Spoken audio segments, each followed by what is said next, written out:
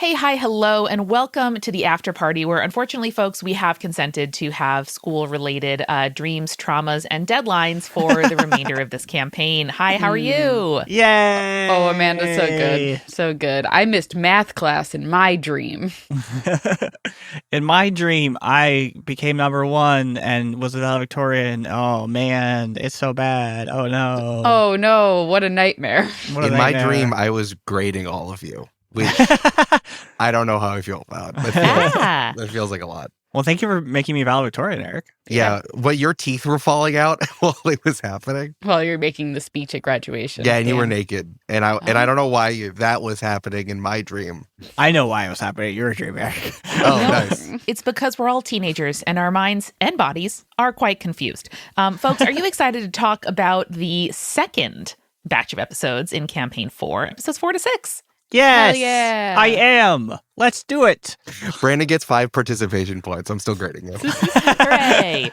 I was going to say the class, but the listeners really came through with some great questions for this after party, folks. So I'm going to try to get as many answered as I possibly can today. Hell What yeah. if we call our listeners the class for this new season? season? Oh, that's I pretty do like good. that. Really cute. That's really Yeah. cute, Amanda. Well, it shall be done. And Julia, the first question is for you. It's from Rainstorms. Has Kraft ever asked Rowan to make them a gravity bong? I will answer that in character, which is, some things you just don't need powers for, So the answer is no. Sometimes the simplest solution is the best one. Exactly, Sometimes you have a skill set, and that's important because your powers aren't everything, You wouldn't need to make a gravity bong because gravity bongs are there to defy gravity. So, Oh, is that why they're called that? I think I only did it once when I was 16, so I don't remember how it works. Brandon doesn't remember the physics of his gravity bong from 16 years old. Is that a good rule of thumb? Famously in Julia's community growing up, you can drink once you're over the speed limit, which is 15 miles per hour. Is it once you can explain gravity, you can use a gravity bong? Is that physiologically and developmentally appropriate? You have to get at least a 3 on the AP Physics A and B in order to do a gravity bong. That would have Damn. motivated me much more. Eric, this is a great question from Blue Spectre. Is there a fraternity house on campus, and is the address 80085 Michael Hunter Memorial Drive? Did take me a few moments to realize that does spell out boobs, like in the calculator. I have a question. Yep. Who's Michael Hunter? I also don't know. You guys, you missed the second joke from Blue Spectre. Thank you. Don't worry. Just think about it for a second. And what Michael Hunter's nickname might be. No, because it's a high school, but it is very funny that you said that. And you can have a joke in Blue Spectre. Mike? Boobs Mike? Mike Hunt. There it is. Oh. Oh. Okay. Yep. Wow. I'm Okay. old. I was Googling, I was like, the boxer or his other dad, who's also had the same name? The sound designer for Grand Theft Auto? Is that who we're talking about? That reminded me of probably my favorite, same name, different person thing. Mhm. You know the guy Jack Johnson? We were all in high school around the course. same time. Jack Johnson, Banana Pancakes, Bubbly Toes, the Mhm. chillest man alive who's also a surfer. Of course. Nothing is funnier to me that Jack Johnson is also the name of the first black heavyweight boxer of all time, legendary fighter, a man who went down to the crossroads, that kind of legend. And he has the same name as the guy who did Banana Pancakes. Are we sure that Banana Pancakes Man didn't just take the stage name of this legendary boxer? I think he's too chill to be racist, Brandon. I don't think so. Jack Johnson, the singer, is Hawaiian, and my sister sees him all the time. What? Oh, He's That's a really so good cool. dude. Also, Jack Johnson definitely seems like a good guy. I hope so. Fingers crossed. I get him and the guy from New Girl confused a lot. So in my head, they're the same person. They are pretty similar types. Speaking of people who are similar, Leo the Lizard King wants to know, do the students have roommates? If the answer is sometimes, is it based on size or seniority? Since many times freshmen have roommates and just age out of them as a reward for, I don't know, sticking around or something. But also there are some really little guys at We. At We. Yeah. Oh, for sure. I think it's very similar to my experience at NYU, where housing was at a premium. So although we all had bathrooms connected to our rooms because so many of these were converted SROs or hotels, you were like shoved into the tiniest room possible.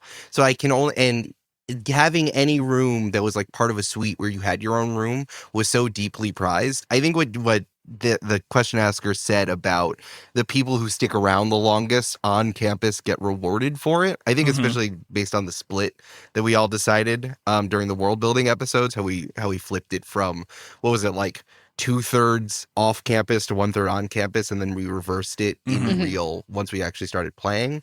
I think that being rewarded for like graduating and staying on campus as a senior, I think that's why I feel like all of you like are in a suite together because so much is defined by your club teams.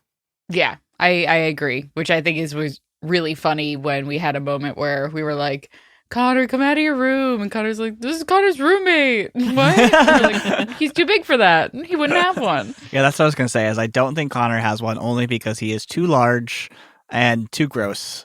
So I think he had to get his own room, unfortunately. Now, guys, have we considered that, like an Instagram account of like goats and birds being friends, or like big dog, little kitten, have we considered that maybe the administration of Water's Edge pairs the biggest freshman with the smallest freshman. And then there can be like a running sort of, meme or blog or series on campus of checking in with my big roommate or checking in with my small roommate. Have we considered that maybe Connor's roommate was Frog, but Frog was tadpole size when they first were, and that's why Connor doesn't recognize Frog anymore? That's so cute. I hope It's so. really cute. It's like a summer. It's getting hot, but you sort of, become The your glow, huh? amphibious form. That explains why everyone keeps thinking Frog is a freshman every year. That's what we're saying. Aw. That's so funny.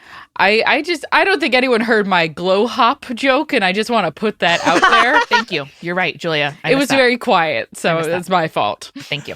That's really good. Can you imagine having shrinking powers and then like every time you come home to your dorm, you have to be like, fuck, and you have to get small again. As someone with shrinking powers, would your first obligation be to? Okay, I guess it's for your own self because then you get to enjoy a small space very large. I guess, It yeah, should. I don't know. But then because you're Brandon, I was like, wow, Brandon's first thought as a shrinking person is, I'm going to make less space for my roommate. I'm going to take up less space in his life. Well, it's like, I was gonna say like shrinking powers is really just accommodation powers, Mhm. It's not the best power set. It's interesting. There was a character like that in the college, The Boys. Yeah, But it was also like incredibly ham-fisted about like eating disorders at the same time, so it wasn't as interesting. But it's definitely one that has like complex thinking about legs. Yeah. Let's talk about college, our great segue, because Ginger wants to know if the super seniors were in a traditional school and applying to college, what majors would they be thinking of studying? Oh. I can't decide if Rowan would do something very cerebral, like philosophy or economics, which is kind of like philosophy of, countries and how they get together. Maybe, because I think religious studies would be too on the nose, or maybe just something like incredibly specific, like, physics, maybe the physics of like vibration. I could see astrophysics for Rowan. I think that would be really interesting. Cool. Because she's how high all the time? Is that what you're saying? Oh, no, for Rowan. For Sorry. Rowan. I thought you meant astrophysics for crafts, No, which is God, on the no. nose. Though I think craft maybe would be super into engineering. Love it. I think like without the societal or familial pressure of being an engineering person, I think craft genuinely does think engineering is fun and cool. What would Connor do? I feel like he'd be that like person who sort of just like is a little bit floundery in college because he's like kind of good at everything. I could see him ending up in poli-sci. Yeah. I mean, maybe, but he can also end up with just a communications degree and then get a job at the White House, Real. Just like Volcani. All you need is one professor to like change your life, and then that's your major, even though you don't like it. Yeah. It's like, oh, I guess I'm an architecture major. Sorry. Mm-hmm. Indeed. Julia, can I get a craft saying the Elwoods Legally Blonde, oh, like it's hard, to all of the people who are like, why are you being an engineer? Why are you being an engineer? What? Like it's hard? Yay! Eric, what would some NPCs be, do you think?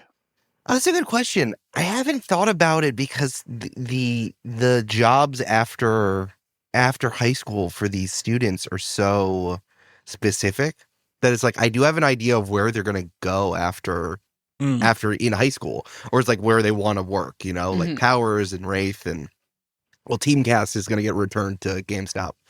No, For the Not best. GameStop. he's gonna get a lightly refurbished. used Teamcast for like $150. Who bought him originally?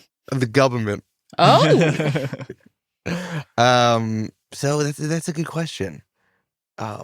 is it a who can say? All right, here's an easier question. What would Eric do? What would I do? An English major? I would try to have a weird major, and then people would tell me I need an English major so that I can have a job. So it's for me to be an English education major, and for me to be an English education master's. You need to have an English You need to have an English degree in order to be a English teacher in New York State. Damn. So even though my major was dramatic literature, which was pretty much just an English degree inside that was all specifically about plays, and it was in the English department, I had to change it. I didn't realize that. Jesus Christ. I was Yeah, going to it say, was- who told you that an English degree would get you a job? In this one specific situation, that Fair enough. Speaking of Teamcast and their origins, EP Fella and TJ collaborated on an excellent line of questioning in Discord. By the way, if you're not in Discord, why not? Patreon.com/jointhepartypod. Why not? Culminating in, can you play Doom on Teamcast? Can you? yeah, of Can you? course. Any game? Yeah. Is Yeah. Teamcast basically just a Steam Deck?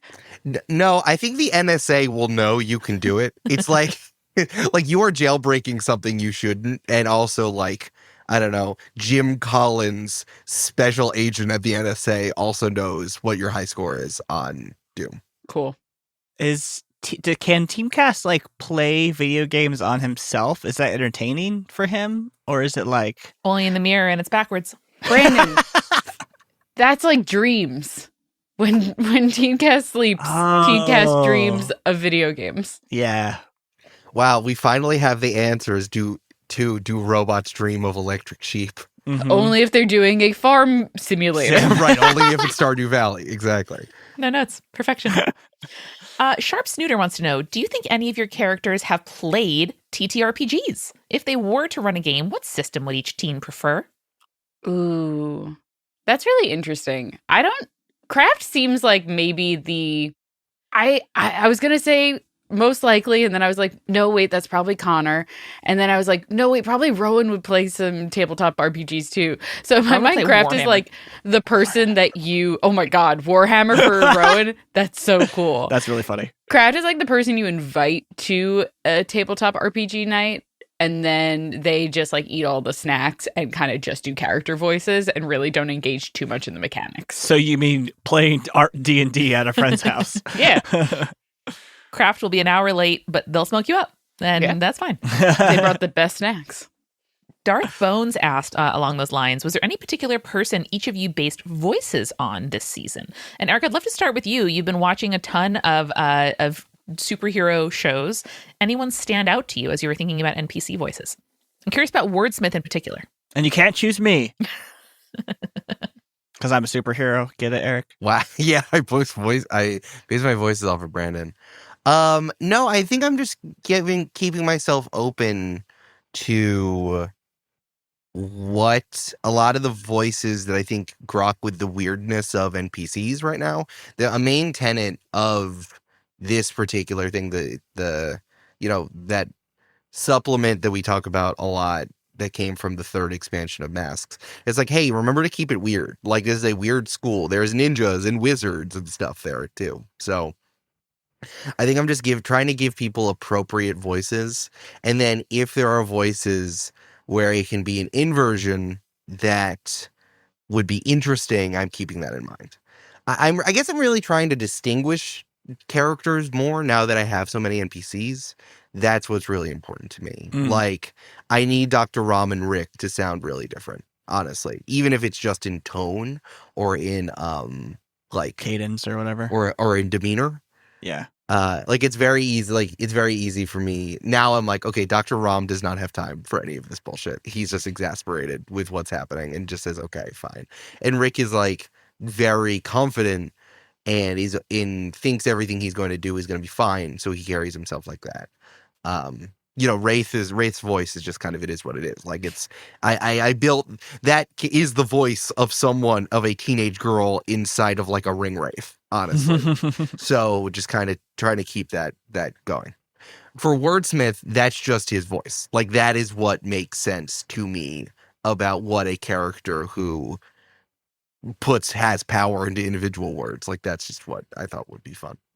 I like it. Love it. Craft and Rowan, what about your voices? You know what's interesting is there's not a lot of female stoner characters in media. And so I think it's not ladylike, Julia. Well, Jesus Christ. So when that was a joke. I hate it. I'm sorry, everyone. So when I've been doing the voice, I've kind of been picturing Travis from Clueless. Like a mix of that and Shaggy. That's good. So that's kind of where I'm at in terms of doing the craft voice. And then I'm just like, what makes it sound like I just smoked a huge bowl? Love it. I've been having some accent slippage with Rowan. I tried to get into a New York City accent. I don't know what it sounds like anymore. I feel myself going Boston sometimes. I feel the Long Island coming out in me. So I'm not quite sure, but I do have the excuse of, as of episode 4, I am voicing 2 characters, which I don't know how you do it, Eric. It is a lot to have conversations with yourself. Well, let's talk about the Voidy-Lynn voice, Amanda, because that came out of a joke, really. That 1000% is Parker Posey in The White Lotus. Bray, Emily Slaughter's intern, absolutely snipped it. That is 100% what I'm doing. I don't think anyone outside of the New York area can tell a difference between Long Island and New York accents, so I think you're in the clear. Okay. This is good. And Boston too. No, it's all depends if you're holding a Dunkin' in your hand or not, honestly. If that Dunkin' was prepared by somebody, yes, in the state of New York or the state of Massachusetts. Right. It's like, did you just say kid and are you holding a Dunkin', or are you slamming on a taxi saying I'm walking here? Like I agree with Brandon. I think that's East Coast bias. Mm-hmm. Do they say kid in Boston? Yeah, kid. All the fucking time. Wicked. The only way you know it is they go, "Hey, car, I'm walking here," or "I'm walking here." Hey, Duncan, I'm Duncan here. Hey, Brad Pitt. No. Hey, J-Lo. You shouldn't date our boy again. Yep, 100%. That's what it is.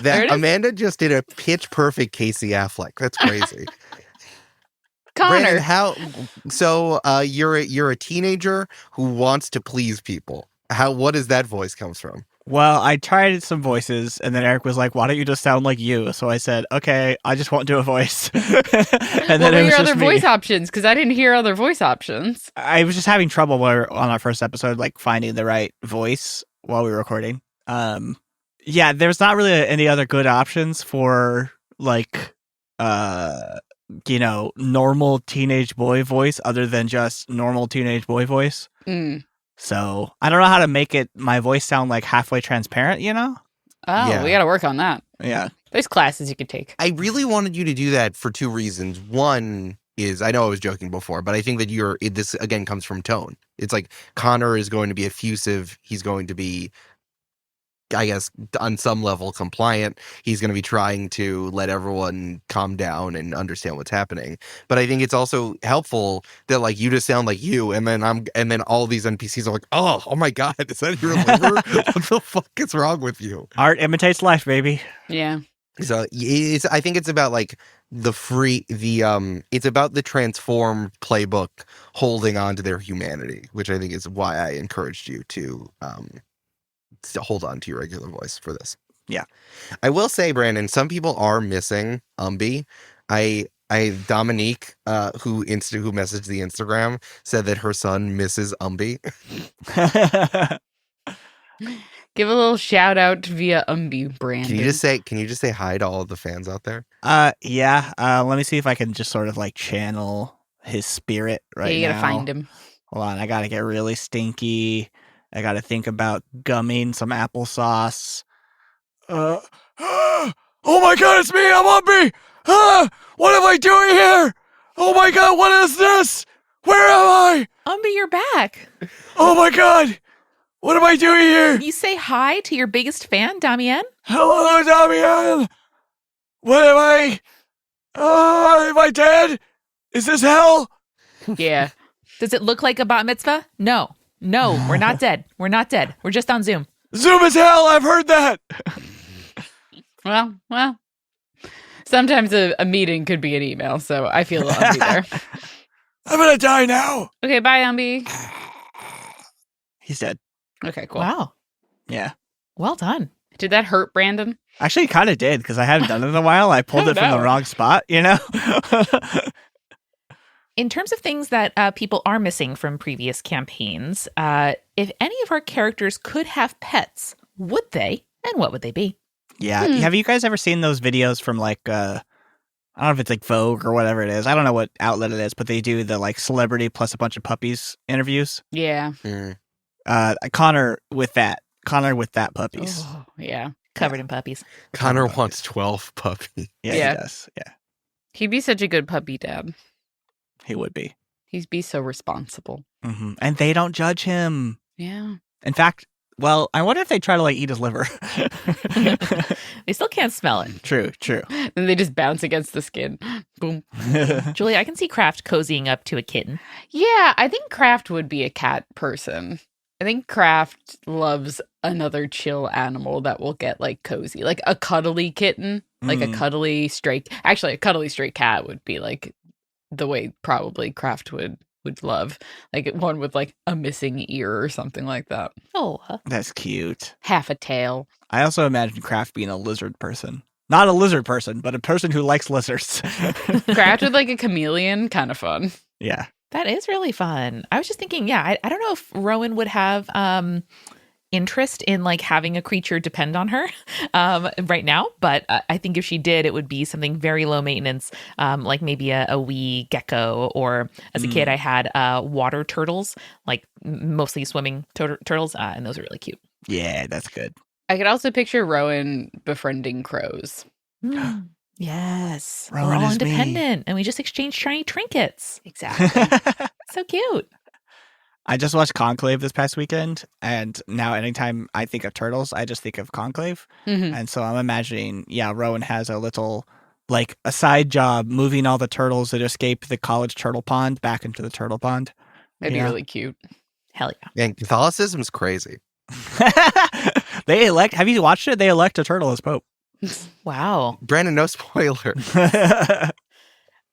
Eric, Darth also wanted to know if Rick Powers is someone inspired by Sun Eater, a member of the Big Three in My Hero Academia.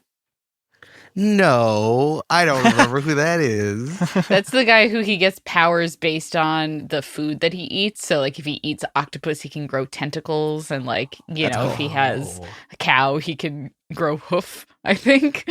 Wings from chicken. He has cow, he grow hoof. Cow grow hoof.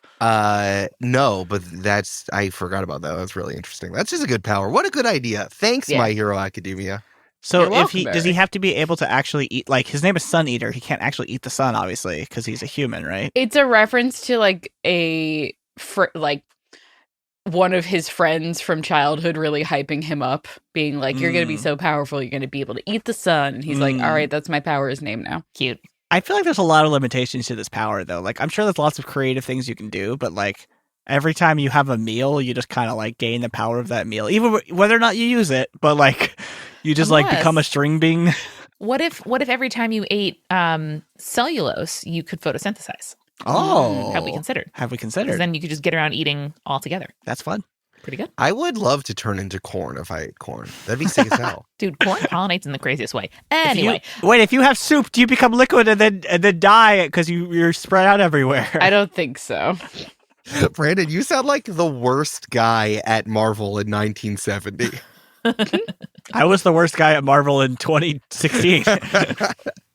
Brandon sounds like the oh, we have to fill out the Charles Xavier School with more students, so they all have to have individual interesting powers. Quick. Oh, he turns into soup and then he dies. Couple questions come in from at face value. First, does Connor's aunt have a collection of first day of school photos of him? Oh, probably. You know it. Yeah, absolutely. That's so cute. Yeah. And they're all like so like he wears his nicest like collared shirts every time. It's really cute. Oh.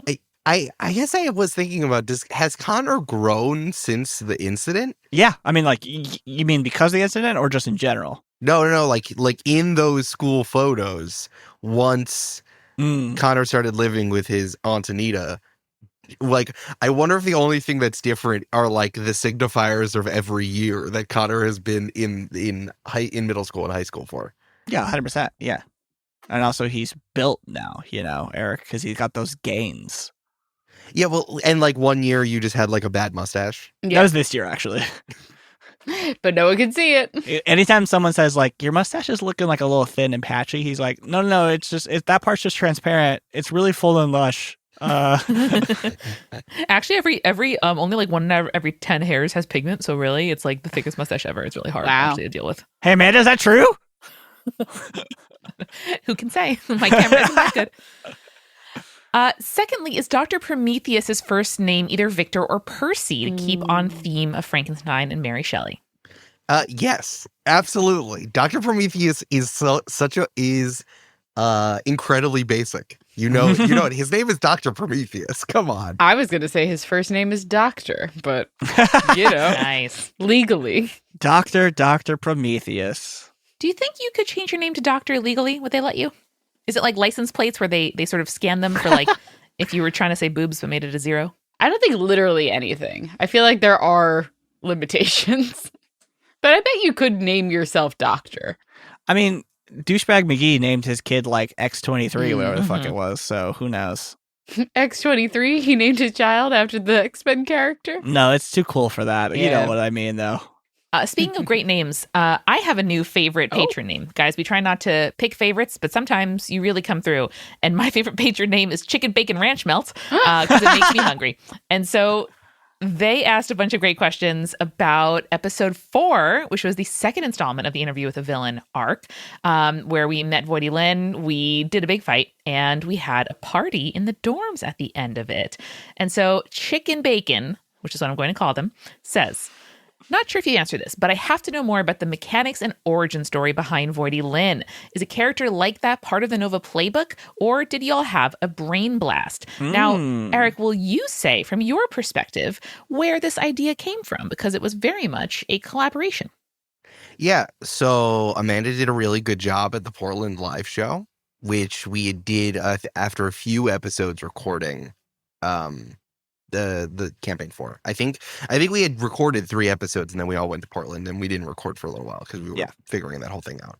And I don't know how much I want to say about the Portland live show because we have the audio, so people can listen. We'll listen to that at some point. And the video. It's crisp. Is it purchasable? Patreon.com/jointhepartypod. What's that? You can buy one-time things on Patreon now? Let's give it a go. What? What? So Amanda did that. And I think Amanda was like, oh, I think Rowan's boring.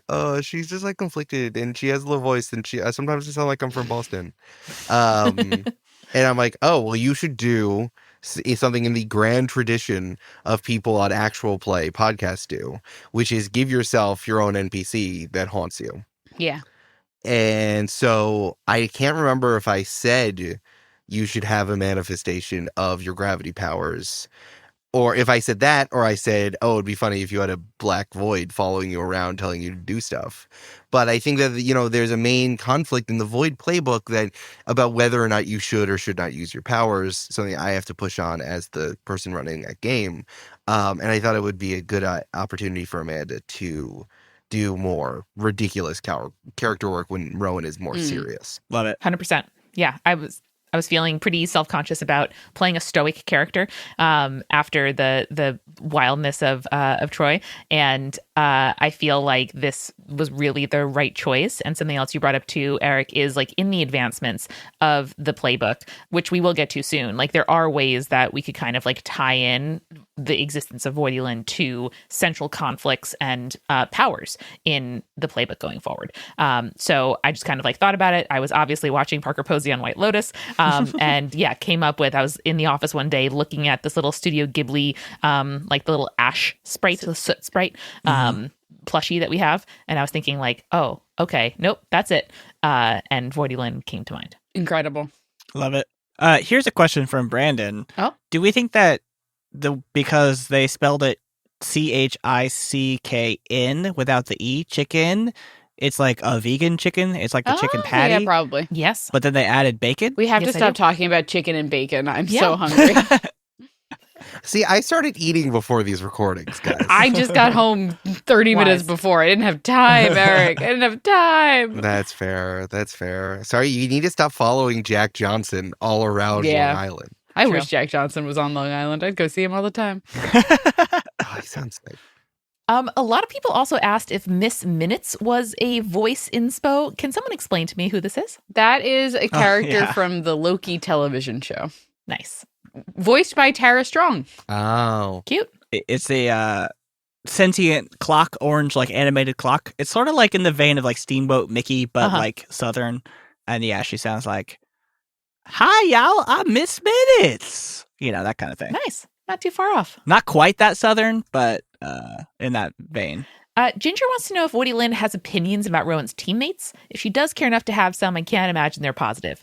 Yeah, you know that Voidy-Lynn is just shit-talking the hell out of these unambitious, morally good teammates whenever Rowan has a spare minute. And Rowan is constantly like, stop, that's rude. No, they're my friends. Stop it.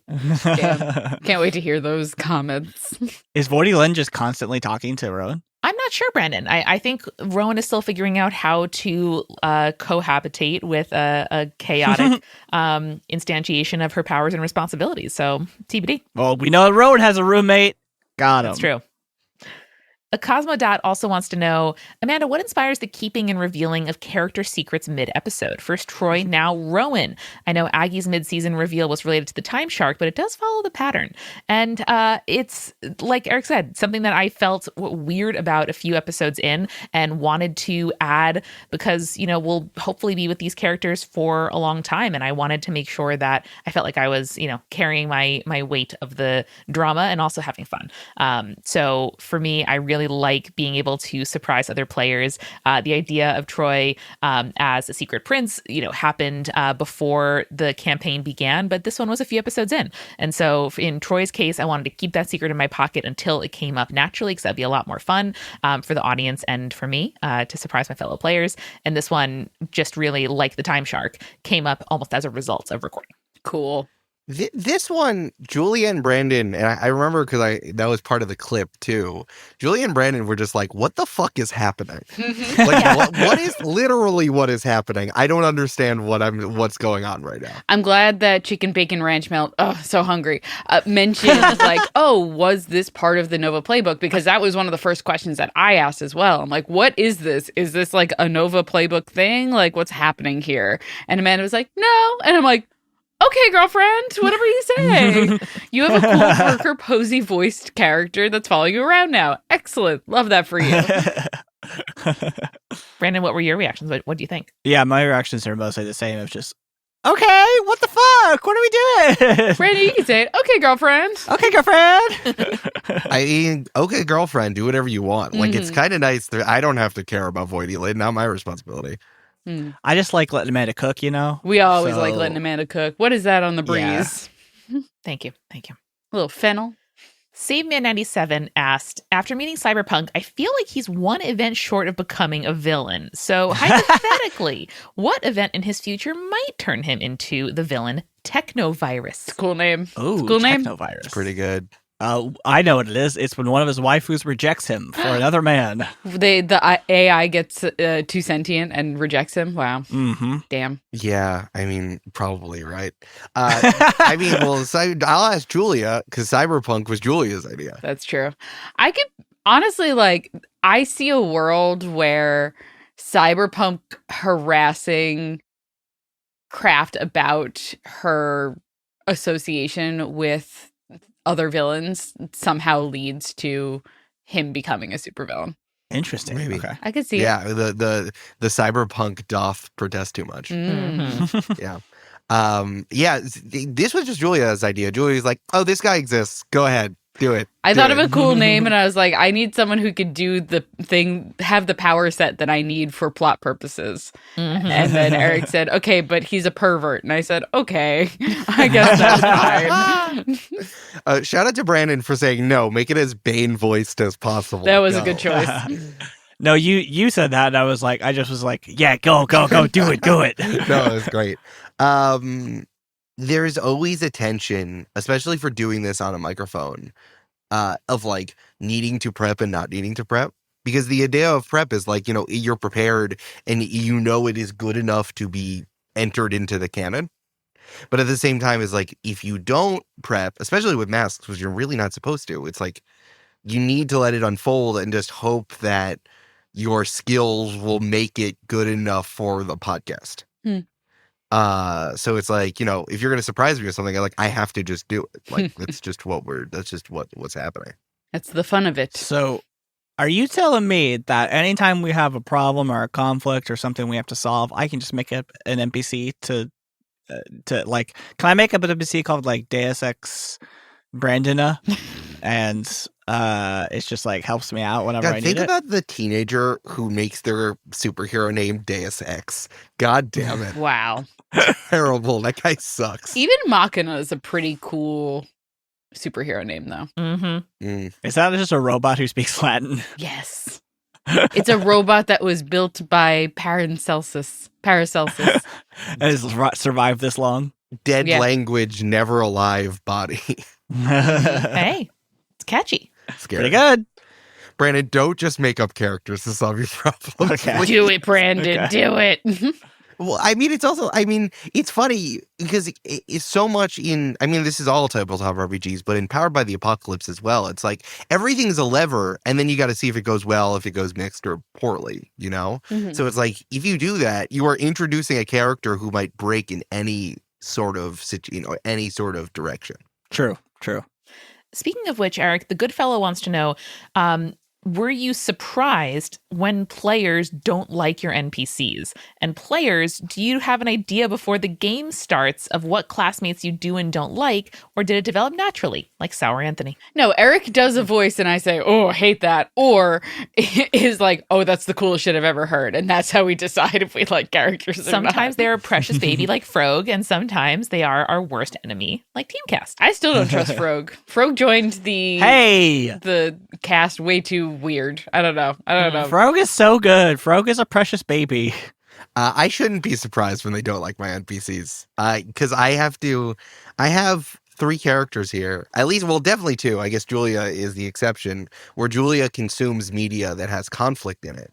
While Amanda and Brandon do not. So Yes, I do. Brandon loves Andor. It's like 50-50. it's Star Wars and then content with no conflict in it. Yeah. And then those YouTube videos where the guy fixes things. Yeah. I did seriously consider putting on Cat TV for myself the other day, so that's where I'm at. Wow. I said no commercials, birds and squirrels. I mean, sounds good. Okay, girlfriend. Okay, girlfriend. Okay, girlfriend. So, I don't set characters up almost ever, unless, like, intentionally. Yes, sometimes I know you're going to hate people. With villains, with Rick Powers, I kind of assumed you were not going to like him because he was a smug. Rick Powers fucking rules, man. I don't know what you're talking about. Brandon's a Rick Powers apologist, and we know how that ends up happening in campaigns. It's so funny. But no, I just put them out there and then they make determinations. It is what it is. I think that's most people. It's like you interact with someone and you like them or they don't. So, it hurts me on the inside when I make something and they're like, oh, this person sucks. I'm going to be mean to them for the rest of the campaign. It hurts me sometimes, but I can't, I'm not surprised. And finally, before I pop into the kitchen to grab us some surprising flavors of seltzer, still. This is from Opaque Connor. Wow. That's a weird great name. coincidence. Is there an in-universe justification for official superhero teams being exactly 3 members? It feels weirdly restrictive if the school doesn't have a reason. Of course, out of universe, it's because there are 3 players. It's because triangles are the strongest shape. Interesting. Okay. I would say that in professional superhero teams, they're actually quite large. 10, 12, 14 members. When we're talking about the Justice League, when we're talking about like the connections of the Teen Titans are 5 and swell to larger than that. When we're talking about the Avengers, it gets larger and larger. And I feels like, and there's like tiers system. I realized this when I was consuming quite a lot of Justice League Unlimited, where they explicitly were bringing on as many people as possible to the Justice League in this cartoon I was watching. So, and you just see like a tier system. So I think that making, and inside of any large team, there's going to be sub factions. So I think that making club teams 3 is also like the core member. And I think it's difficult. Like it's never going to be more difficult than with only 3 members, but I think that's that is like the minimum number for a quote unquote team. Because I think a duo has is almost like your 2 halves of the same coin. You might as well be counted as the same superhero if we're talking about like a superhero taxonomy for a school. So, like Hawk and Dove and Moss and Menos, or Cloak and Dagger, like they're almost like they have to come together, so they're counted as one unit there. Yeah. So I think that 3, when you think about like a 3-piece band, like Green Day, it's like, wow, it's really crazy. There's only 3 of you. And I think it's like you're putting yourself into that pressure cooker in high school, and then you're going to go out and be able to do what you're going to do in things in high school are like, you're never going to do this other than in high school, so we're going to make you do it now. Mm-hmm. Quite Love true. it. Praxis. Pedagogy. Praxis. That's Praxis. another superhero. There's a superhero named Praxis. Yeah. Or villain? Super villain? There's definitely some sort of superhero character named Praxis already. It must As long be. as it's not a superintendent, am I right? Hey! Hey, yo. Good job. She's on fire. Good job, girlfriend. All right, folks, I'm going to go ahead and get my dill seltzer to get us through the second half. Be right back.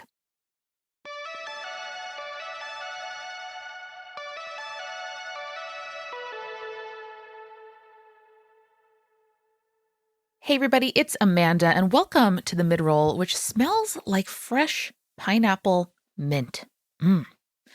Thank you so much to our newest patrons, Caroline T., The Great Brindlewood Bake-Off Got Me Here, yes, Blue the Bard, Ashley C., and Kira, who have helped us together get only 6 people away from our goal of 50 new paying patrons. And once we hit that goal, we are going to play yet another one-shot from the character creation episodes of the One-Shot Derby. Now, of course, if you're a paying patron, you already got to enjoy the Great Brindlewood Bake-Off. Yes, that is a hint as to the mystery on Friday. And I hope you enjoyed. I hope you loved the video. I hope you loved every single part of the episode because we had so much fun making it. So thank you again to those who have joined as a paying patron. And hey, if you want to just try out what being a patron would look like, you can become a member for a free trial at patreon.com/jointhepartypod. We have also put the video from our Portland live show on sale, and we reference it in this episode. So if you want to get some inspiration about where Voidy-Lynn came from, you gotta check it out. That's at patreon.com/jointhepartypod. If you're already a patron, you should see the option to buy the live show if you want to. And if you don't, absolutely no stress. But we have the video of the live show right there on Patreon. Now, if you like Join the Party, folks, you are going to love the other shows that are a part of the Multitude Podcast Collective, including Spirits, where every single week Julia and me talk about folklore, mythology, and the occult through the lens of feminism and queerness and modern adulthood. Each week, Julia explains another myth or folklore or urban legend from around the world to me, and we have a ton of fun. That includes mythological origins from franchises like Lord of the Rings and Wonder Woman, all the way up to modern urban legends, the cool S, the game you just lost, by the way, etc. Well, I lost properly. So come on over and hang out with us. We're going up on 450 episodes over the last almost 10 years. So join us at spiritspodcast.com or search Spirits in your podcast app. We are sponsored this week by bookshop.org, my favorite place to buy books online. And they were also kind enough to put together a custom promo code for Join the Party listeners.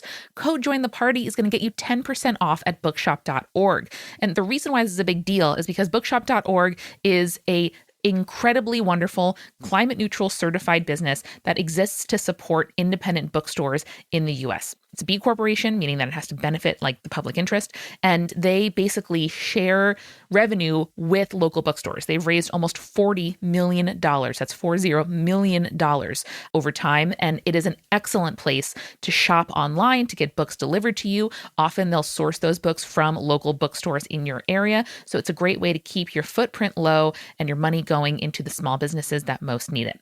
So once more, go to bookshop.org to order books online or for pickup at your local bookstore and use code Join the Party for 10% off your order. And now let's get back to the show.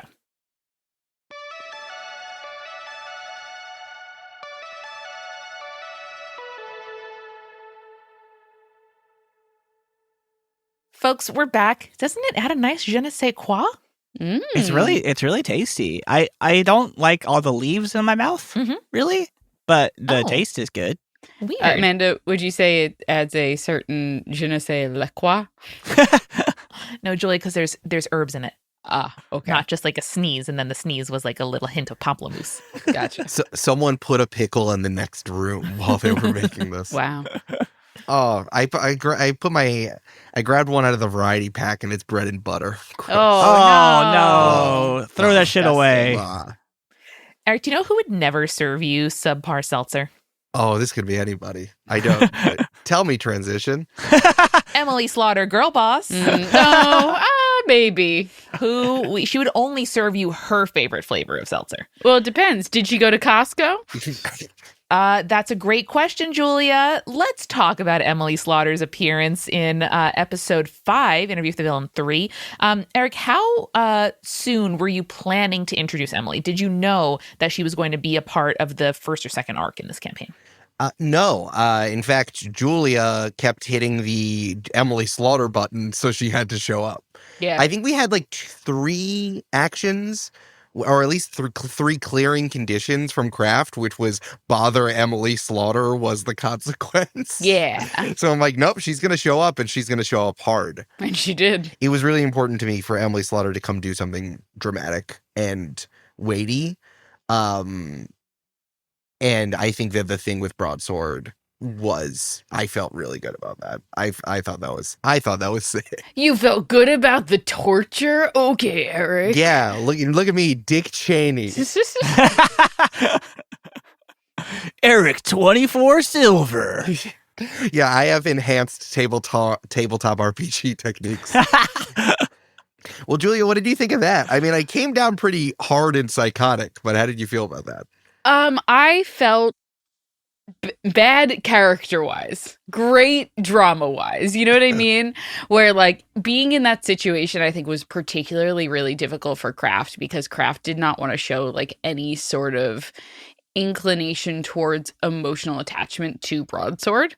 Oh, for sure. As someone who has, like, lived, I guess, in proximity to Emily for so long, knowing that Emily would take any sign of weakness as an opportunity, Kraft was like, I'm not going to look at Broadsword. I'm not really even going to talk to Broadsword because then Emily might think I am a big Broadsword fan and might do something even worse to this man. Just like, what are you supposed to do when you're around your dad's friend who's being tortured right now? Like, literally, what are you supposed to do? Yeah, like, in my mind, I'm like, Broadsword is essentially Kraft's, like, godfather or, like, some sort of equivalent to that. And so, like, just looking at him would have just been a bad situation for her in general. It's very difficult to get characters to take massive hooks, and you need them because that's going to be something that's going to carry through the entire campaign. Yeah. Some stuff like this. So it's like, you need to set up an insane situation with incredible stakes in order for all of this to kind of fit together, which is why I felt really good about it. It's like, not only Emily Slaughter tricked you to go there, And not only was it immediately after you already were breaking the rules, but like Broadsword was there too, and Emily Slaughter was trying to like helicopter parent, snowplow parent your project for you. Mhm.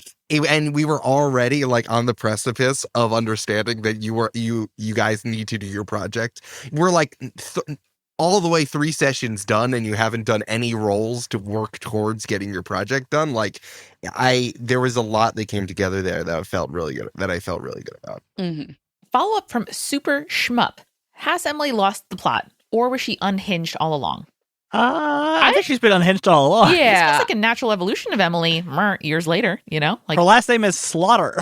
I also think that there's a certain amount of like, gaining a certain amount of power does morally corrupt a person. Mm. And Emily, I think, was ripe for moral corruption. Mm. For sure. I think she does a lot of like ends justifying the means, and she's the only one who can do it, which we saw from Campaign 2 and now being brought forward even more enhanced in Campaign 4. I'm very like inspired by all those like Taylor Sheridan shows that are not Yellowstone, but the ones that's like I'm a spy for the government. And like the one that like Zoe Saldana and Nicole Kidman are in, Lioness. It's just like, God, you guys are really doing extra military stuff, aren't you? And like Emily Slaughter's the same.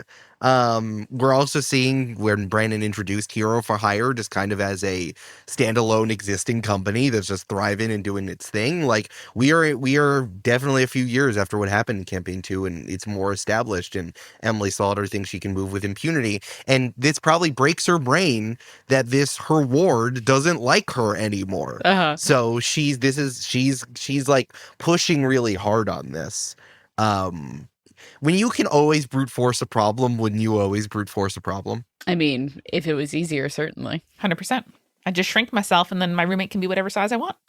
Whenever I brute force a problem, I just type 80085 and see if it works. So you boob force a problem.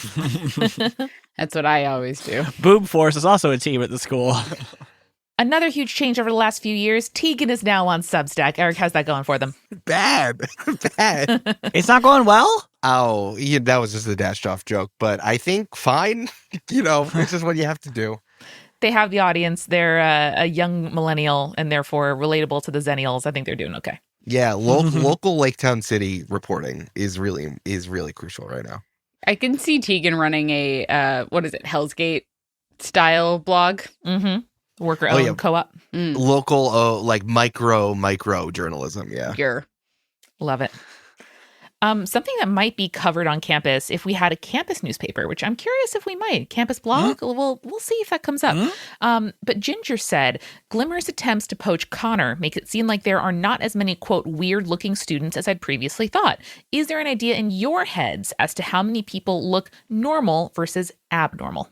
I think it's it's all relative, right? Like, I'm sure there's lots of people who we as humans who live in this world would be like, that person looks abnormal, but to them that might be like more average. Whereas like a fish person and a translucent person is like, that's way off the deep end, pun intended. But I don't know. What do you think, Eric? I think I'm giving Brandon more things to do with his transform playbook. There's another tenet of that, and it's it's true. It's high school, superficial. So I think that there is going to be a level of weirdness, and your level of weirdness is always going to be something that's like looks cool or not. Like Connor, I think rides the line between cool and disgusting, and there's like you're kind of on that continuum. Depending on who you are and what your deal is. So it's like, if Glimmer was like a butterfly girl, there would be a different story. Or if she was a butterfly girl and had like butterfly eyes, it'd be gross. Does she have boobs? Yeah, of course. Yeah, of course. Yeah. She definitely has 80085. Clocking in right here at the top of the hour. Those are my measurements.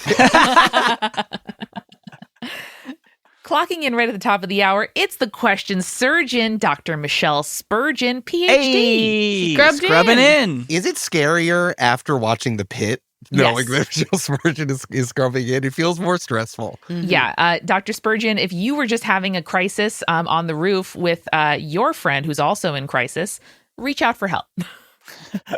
I feel at ease. I feel the questions are. I feel like I'm in good hands. Look at those eyes. That charismatic face. You know. Yeah. Noah Wiley playing Michelle Spurgeon. Yeah. Thank you. You got my joke. Beautiful eyes. Shout out to Emily Slaughter, whose real patron Emily Slaughter, whose Yes. name is Emily Slaughter. Yes, you are putting your money where your mouth is, unlike a girl boss fictional Emily Slaughter. So thank you. Okay, so the question surgeon would like to know, is Emily a villain? And regardless, how did she manage to extract a villain from super prison? Is anyone a villain, man? You know, Like, what is good and bad, man? everyone's a villain. It just depends on, how society perceives Am I you. a villain for making money? If so, lock me up. So yeah, guys, I've been really working on my voice work lately. How was that? Did you like that? It was great. Was that good? That was fucking impressive, Amazing. Eric. You Yeah. panned yourself to different sides of my headphones. Yeah, it was great. Yeah, I mean, great question, Michelle Spurgeon. How did she get someone out? She has a lot of power. She could do it. She could rent a villain for a while, and she has connections enough that didn't we say this in the episode that like Broadsword got like some time knocked off his sentence, Yeah, and that's Think why. so. Yeah. So if she has the power to do that or get the people to do that, then she can just take him out. And that's why Broadsword was so compliant too, and let Emily Slaughter mess with his magical sword. And like not And that's metaphorically. not a Literally. euphemism. Yeah. Mm. And the measurements of that sword, 8,005 pounds. It's really heavy. And finally, Dr. Spurgeon wants to know, what happens to the Ooze's apartment when the garbage is collected? Is he okay? Is that the Ooze's apartment? Who can say? Does she mean, you think, obstructor constructor? No, she means the Ooze because the Ooze keeps suits in the dumpster. Oh, he's naked. I would say who can say. Oh, no. Who can say? Who Or can he say has about his the laundry Ooze? day suit, and then the rest get laundered, and then he has to like go find them. Here's the wonderful thing about planning for masks is like, I do know the answer to that. And I know the answer to some other stuff. And it's just funny. You really have to roll the punches. Mm. Like you really need to create like 6 doors and be okay if they walk through any of them. You guys focusing in on obstructor constructor here. Okay. Let me tell you about this. Like I knew that obstructor constructor signed AI art from the beginning. Like that was in the episode 2. So like I knew that and that was there, and I always knew I had that thing which I could use when Kraft snuck into the closet. I'm like, oh, I know this. Here now I pull out this note from before, and now that's your success. Now you have it. Mm. So it's very interesting to me that, for example, you all didn't go after the Cloud Cousins, Cloud Cover, Mhm. which was also there running around. Like when you have an open-ended project, you got to give open-ended solution. You got to give open-ended opportunities, and we're just going to see how it goes as it goes. Mm. Hell yeah. And it's nice being able to focus that on, like, I guess 6 hours of play instead of 10 hours instead of like 10 hours of play in previous arcs. Well, there must be a cache of more hints and successes buried somewhere, like, I don't know, obstructor constructor's weird little fucking den in the dump. Oh. Dig and roll. Dig and roll. You're right, Dig Brandon. and roll. That is what we're Brandon's doing. still trying to bring up dig and roll. That's crazy. Is it because Brandon had to roll a d6 then, and he missed it? He really wanted to roll d6s. Mhm. We should have known. This is a question from Ginger for you, Brandon. I love that Connor has a violence last mentality. It's actually very refreshing. I know the last fight was kind of his worst case scenario, but on a good day, does he have a routine for unwinding after intense training or fighting? On a good day. So are we, after training, yes, his routine for unwinding after training is like, a nice hot shower, maybe a sauna visit, and lots of calories, of course, because he's a growing boy. Grown boy. He eats like Michael Phelps eats. Hell yeah. Connor does a mukbang accidentally because someone's just filming him while he's eating lunch. Is that what his roommate does for money? Wow. Rude, Frog, rude. And on the other side, if he has a fight, like if I assume you mean like a fight, like that he wasn't intended, his routine for unwinding after that fight is exactly what you saw, which is panic, throw up, sweat so much that it feels like he's in a sauna, and cry. You know, God, Aw. I fucking love the consequences of take a powerful blow. I Mhm. really, really do. When you fail that badly and you either need to take like 5,000 conditions or you need to get out I love it so much. mm-hmm. It really leads to some great moments for gameplay, which I am highly, highly enjoying, which is a great segue into a couple questions we had about masks. First from KZ, 3 kobolds in a trench coat. How's everyone liking the degrees of success from a PBTA game versus the pass-fail metric of D&D? For me, it feels great. Makes me way more likely to try things because I have some say in what happens regardless. Yeah, I like it a lot, mainly because I feel like the threshold of success I like the concept of the middling success versus a full success, because I feel like the concept of the threshold for success in D&D being like that D20 leaves very little room outside of it happens or it doesn't happen. You know what I mean? Yeah, I agree. I like it too. I think you could always throw that idea into whatever game system you're running. But I think how it's built in and woven into the structure of a PBTA game is like it's in there, so it's fun. I encourage people to play games other than Dungeons and Dragons, truly. Yeah.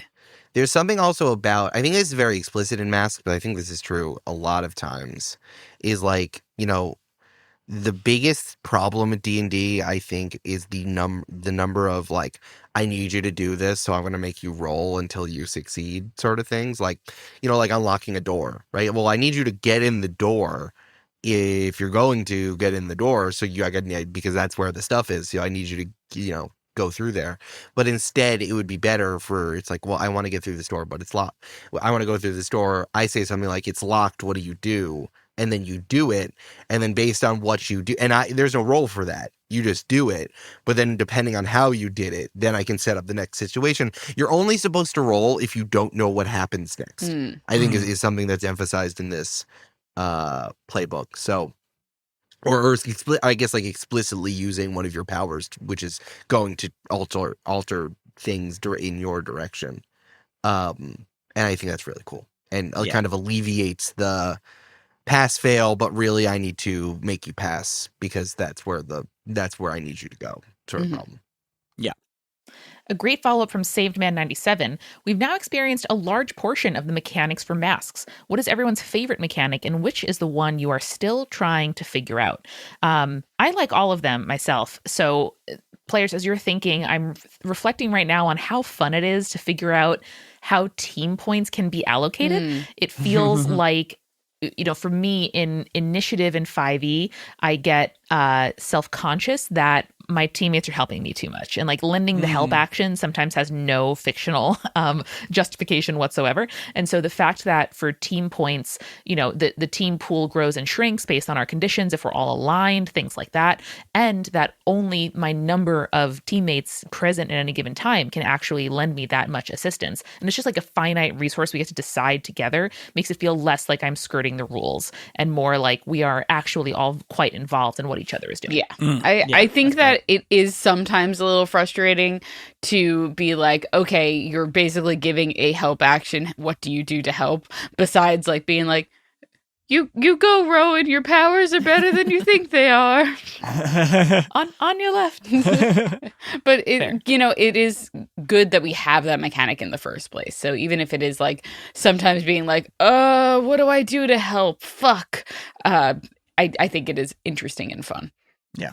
Well, I think that's my responsibility to push you a little bit more on that, because like you don't need to do that. You can do anything because there's no mechanical, like there's no HP. So you're not like, so it's like, well, craft softens them up by electrocuting them. I'll just be like, yeah, sure, whatever. Like that doesn't mean anything. It's just like, that's just how you're doing it. And in the team, and that's how you're going to allocate the team. I think that it's more like, as long as you're there, you can do it is, but I think you should just be allowed to do whatever you want. Cause I think that is the help problem. It's like, I help by empowering someone. It's like, that's how you use the help action. But you know, it could be anything for team points.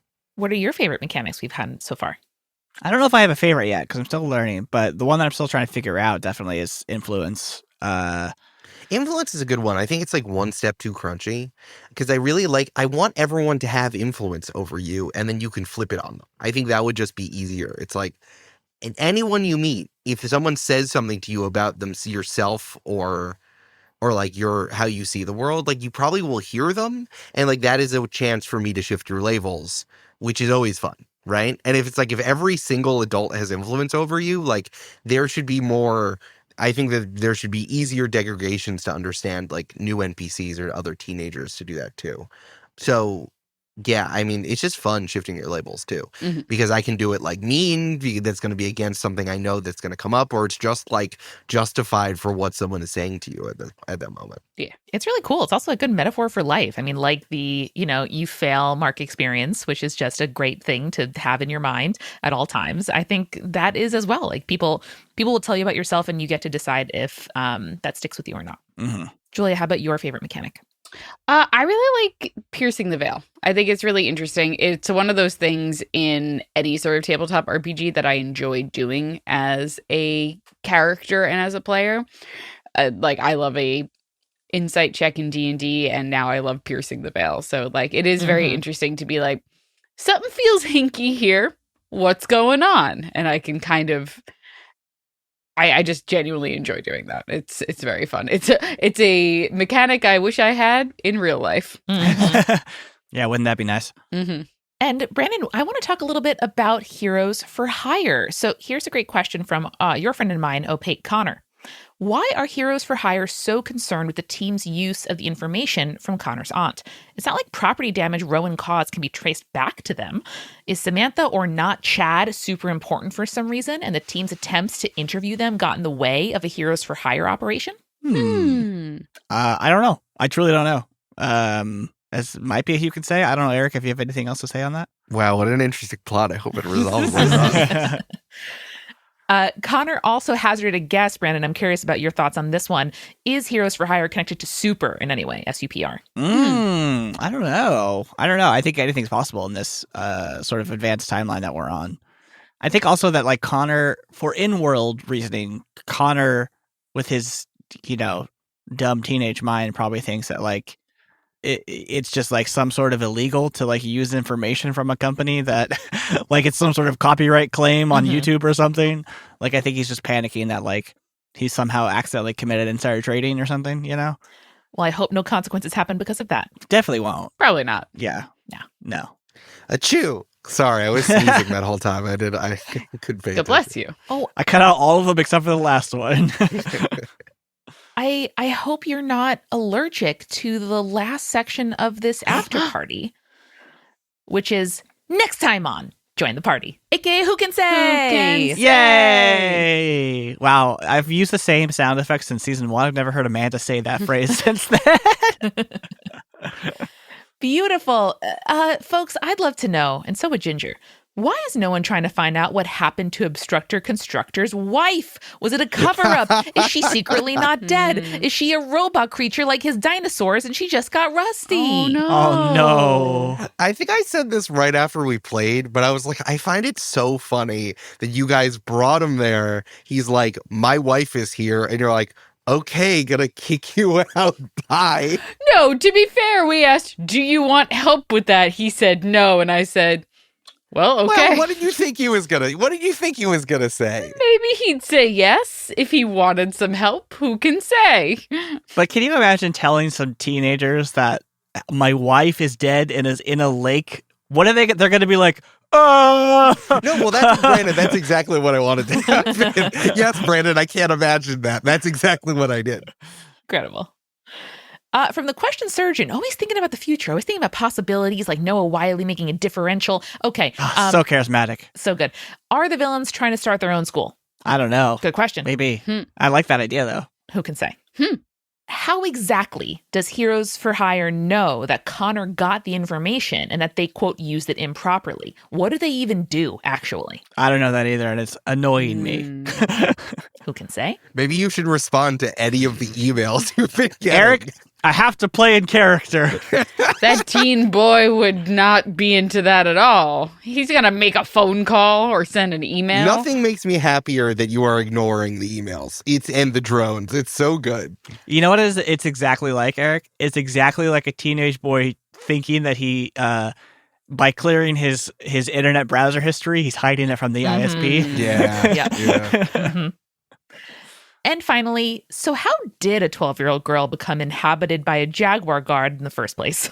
I don't know. And do we know, was the ooze trying to recruit her or kidnap her? I think recruiter. That's my guess. My guess is recruit, but I don't know. Yeah. Who can say? Who can say? And surely that ooze slithering off into the sewers is not going to come back. But folks, Doubt that's it. next issue on Join the Party. Oh. Oh. Hooray! Folks, we did it. It's our second after party for the campaign 4. Listeners, thank you so much for sending in your questions. We also released the one-shot derby. So if you want to hear us play old ladies in Brindlewood Bay and Brandon be our secret keeper, our question keeper, crypt keeper, as you will, A crypt keeper! you can do that at patreon.com/jointhepartypod, where the video on demand version of our Portland live show is now available for a one-time purchase. Whoa. Whether you're a free member, a paid member, or just sign up for Patreon today, you can check out that video. Oh my God. And also, the Brindlewood Bay mystery is a great British Bake Off theme. So if that's something you're into, old ladies and baking, I think you'd like this. Those are both great things. We did just get a new patron named GBBBO, so it worked on somebody. Folks. Yeah. Cute. Okay, players. Well, can you just give us a teaser for next time on just for next issue? Oh, sure, yeah. Next time, in next issue, Connor goes to tie his shoes, trips, falls into a vat of acid, becomes Con Joker. Oh no. Nice. Oh no! I'm going to say awkward flirting. Very good. Oh, yours is real. Mine's real. Well, you can't tell what's real, what's not. Who knows? I'm putting in a self-insert, which is a bear wearing sneakers. Very nice. So yours is also real. Yeah, mine's also real. And I'm gonna say shivers. Ooh. Oh. Me timbers. No, it's not pirates again. Not pirates this time. Well, folks. God, I'm back! Oh God! Oh, What no. we talking about pirates? Rest again. Rest. Okay. He's dead. Wow. Okay, guys, we better sneak out before Umbi wakes up again. Thank you, patrons. Thank you, listeners, for listening to Campaign 4. Remember, get your friends on board. We're only 6 episodes in. They can catch up real easy, okay, folks? And we'll see you on Tuesday for the new episode. Later. Bye. May your rolls turn to ever upward.